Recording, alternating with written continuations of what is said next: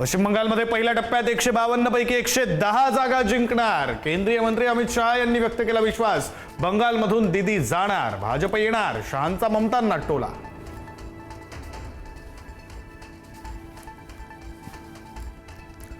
लोकसभा विधानसभा निवडणुकीत पराभूत झालेल्यांना विधान परिषदेत संधी नाही। भाजपच्या वरिष्ठ नेत्यांची माहिती।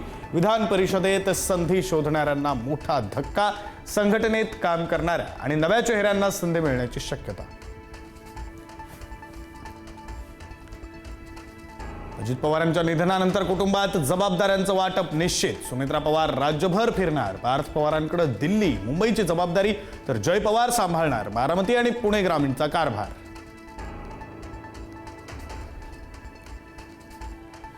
मुंबईमध्ये देखील नाशिकच्या कॉर्पोरेट जिहाद सारखी पुनरावृत्ती। मोबाईलवर अश्लील मेसेज करून 19 वर्षीय तरुणीचा छळ। पीडितेकडून आरोपी अशरफ सिद्दीकी विरुद्ध गुन्हा दाखल।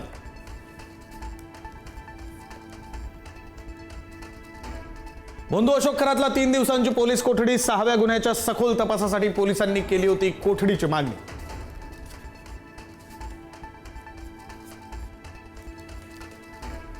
अशोक खरातच्या जमीन व्यवहारावर गंभीर प्रश्न। उरणमधील चानजे इथं 58.5 लाखात जमीन खरेदी।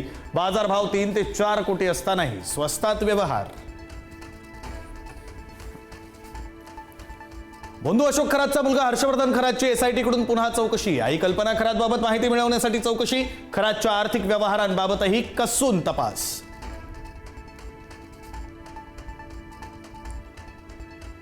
नाशिक टीसीएस प्रकरणातील आरोपीच्या घरातून पीडितेचं आधार कार्ड, पॅन कार्ड जप्त। झाडाझडतीमध्ये पीडितेची कागदपत्रे आणि कपडेही हस्तगत। पीडितेच्या नावावर बँक खातं उघडल्याचा संशय।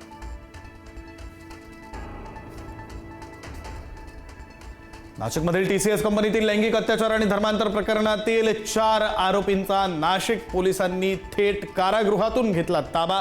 सर्व आरोपींना न्यायालयात हजर केलं जाणार। आरोपींच्या पोलीस कोठडीची मागणी केली जाणार। नाशिकचा बोंधू महेश गिरी उर्फ महेश काकडेला मध्यरात्री अटक। नाशिक ग्रामीण पोलिसांकडून मध्यरात्री लासल गावात कारवाई। बोंधू महेश काकडेवर जादूटोणा आणि लैंगिक अत्याचाराचे गुन्हे।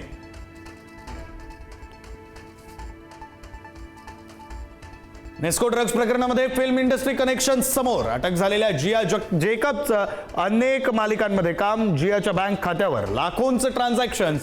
जियानं अंमली पदार्थ पुरवल्याची शक्यता।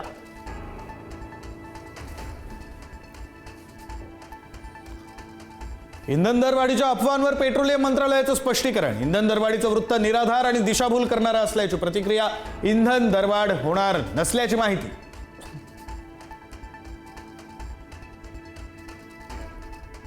मुंबईमध्ये उष्णतेची लाट आणखी तीव्र होणार। मुंबईतील तापमानाचा पारा 38 अंशांवर जाण्याची शक्यता। पुढील 2 दिवसांमध्ये उन्हाची तीव्रता आणखी वाढण्याचा अंदाज।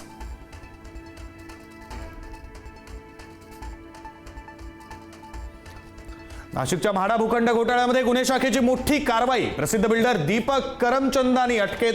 बनावट नकाशे, खोटे शिक्के आणि सह्यांद्वारे शासनाची फसवणूक केल्याचा आरोप। केईएम रुग्णालयाच्या नामांतराचा प्रस्ताव आरोग्य समितीत। ब्रिटिशकालीन नाव असल्यानं बदलण्याची शिफारस। आरोग्य समिती आज काय निर्णय घेणार याकडे लक्ष।